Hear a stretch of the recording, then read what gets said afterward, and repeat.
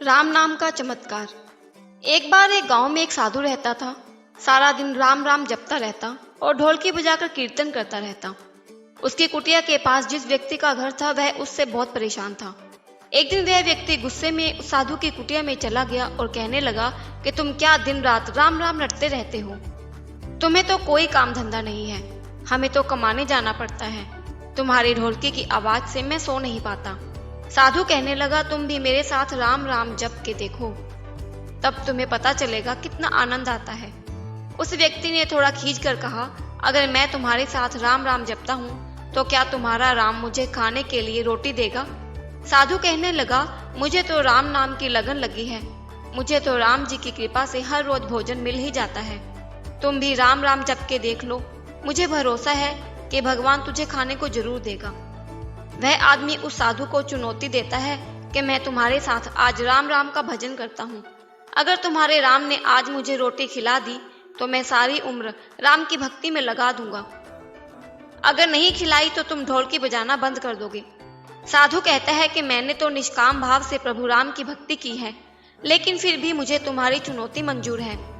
वह व्यक्ति साधु के पास बैठकर राम राम का जाप करता है और मन में निश्चय करता है कि चाहे कुछ हो जाए मैं आज भोजन नहीं करूंगा, देखता हूँ इसका राम मुझे कैसे भोजन कराता है। राम राम का भजन करने के बाद वह सोचता है कि अगर अब मैं घर जाता हूँ तो मेरी माँ और बीवी मुझे खाने को कहेंगे और मुझे रोटी खानी पड़ सकती है, लेकिन मुझे साधु को चुनौती में हराना है।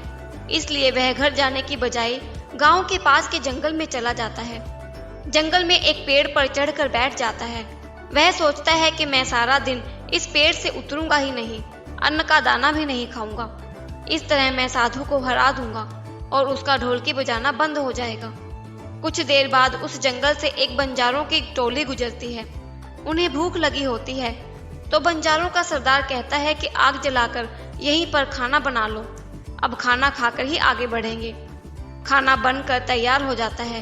बंजारे खाना खाने ही वाले होते हैं कि इतनी देर में बंजारों को सूचना मिलती है कि पीछे से डाकू आ रहे हैं। तो बंजारों का सरदार कहता है कि हमें यहाँ से चले जाना चाहिए, डाकू हमारा सब कुछ लूट सकते हैं। वे बंजारे खाना वहीं पर छोड़कर चले जाते हैं। वह आदमी पेड़ पर चढ़ा सब कुछ देख रहा था। कुछ समय बाद डाकू वहां पहुंच जाते हैं।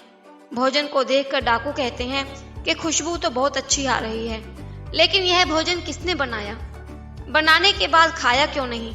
कहीं किसी की चाल तो नहीं हमें फंसाने की? हो सकता है इस भोजन में जहर हो। उसी समय डाकुओं के सरदार की नजर उस व्यक्ति पर पड़ी। वह उसे नीचे आने का आदेश देता है। डाकू उस व्यक्ति से पूछते हैं, हमें मारने के लिए क्या भोजन तुमने बनाया है? वह बेचारा मिन्नतें करता रहता है कि मैंने यह भोजन नहीं बनाया, इसमें जहर नहीं है, यह भोजन बंजारों ने बनाया है। आपके आने की खबर सुनकर वह यहाँ से भाग गई, लेकिन डाकुओं के आगे उसकी एक नहीं चलती। डाकू उसे कहते हैं कि अब तुम्हें यह भोजन खाकर दिखाना पड़ेगा, क्योंकि हमें लगता है कि तुमने ही यह भोजन बनाया है और इसमें जहर मिलाया है। अब तुम ही सबसे पहले यह भोजन खाओगे।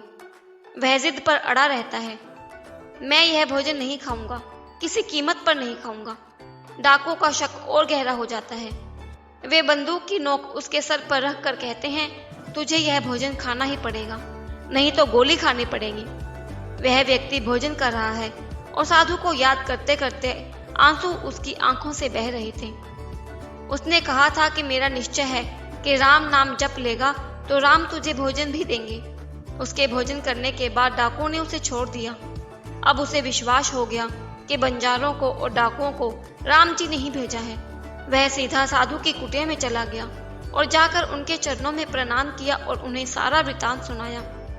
अब उस साधु से भी ज्यादा उसे राम नाम की लगन लग गई। उसने अपना पूरा जीवन राम जी को समर्पित कर दिया। जय श्री राम।